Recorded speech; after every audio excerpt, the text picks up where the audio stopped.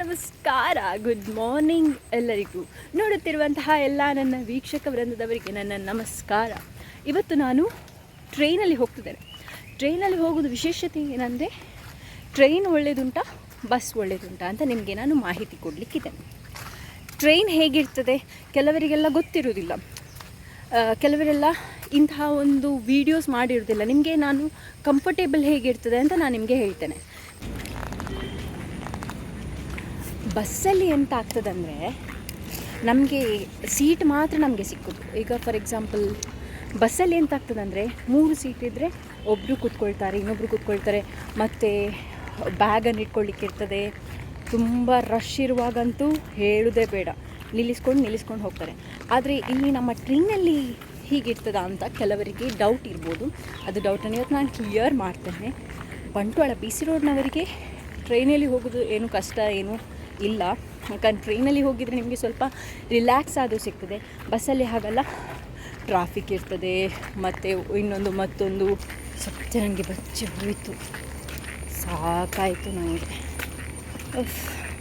ಯಾರು ಕೂಡ ನನ್ನಷ್ಟು ನಡೀಲಿಕ್ಕಿಲ್ಲ, ನಾನು ಅಷ್ಟು ನೋಡಿ ಇನ್ನೂ ಕೂಡ. ಫೈನಲಿ ಟ್ರೈನ್ ಬರ್ತಾ ಉಂಟು. ಟಾರ್ಚ್ ಲೈಟ್ ಹಾಕಿ ಬರ್ತಾ ಉಂಟು ನೋಡಿ, ಮೇಲೆ ಟಾರ್ಚ್ ಲೈಟ್ ಹಾಕಿದೆ. ಈಗ ಬರ್ತಾ ಉಂಟು.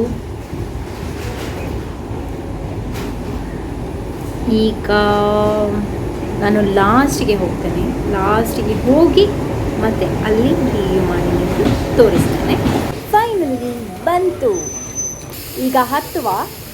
ಎಸ್. ಇವತ್ತು ಸೋಮವಾರ ಹಾಗೆ ಫುಲ್ ಜನ ಇದ್ದಾರೆ. ನಾನು ಲಾಸ್ಟಿಗೆ ಹೋಗ್ತೇನೆ. ಇಲ್ಲಿ ಕೂತ್ಕೊಳ್ಳು ಅಂತ ಹೇಳಿದರೆ ಇಲ್ಲಿ ಕೂತ್ಕೊಂಡು ಆಯಿತು ಇವರು. ಈಗ ನಾನು ಸ್ಟ್ರೈಟ್ ಹೋಗಿ ಲಾಸ್ಟಲ್ಲಿ ಸಿಗ್ಬೋದು. ಇನ್ನು ಇಲ್ಲಿ ಕೂಡ ಇದ್ದಾರೆ. ಇಲ್ಲಿ ಕಾಲಿದೆ, ಸೊ ನೋ ಪ್ರಾಬ್ಲಮ್, ನನಗೇನೆ ಸೀಟ್ ಕೊಟ್ಟಾಗಿದೆ. ಏಪಿ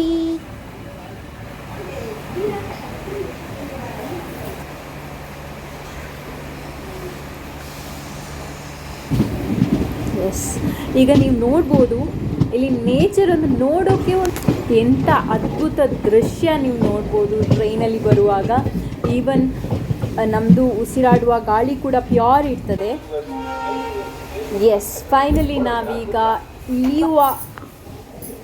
ಇಳಿಬೇಕೀಗ.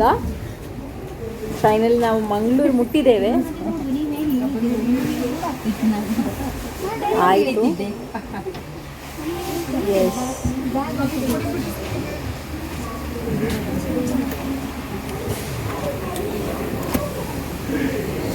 ಮಳೆ ಬರ್ತಾ ಉಂಟು. ಲೈಟಲ್ಲಿ ಮಳೆ ಬರ್ತಾ ಉಂಟು. ಹಾಗೆಲ್ಲ ಕೊಡೆ ಇಟ್ಕೊಂಡಿದ್ದಾರೆ ನೋಡಿ. ನೀವು ಕೂಡ ಒಂದು ದಿನ ಟ್ರೈನಲ್ಲಿ ಹೋಗಿ ನೋಡಿ, ಮಜವೇ ಬೇರೆ. Thank you. ನೆಕ್ಸ್ಟ್ ವಿಡಿಯೋದಲ್ಲಿ ಸಿಗುವ. ಬಾಯ್.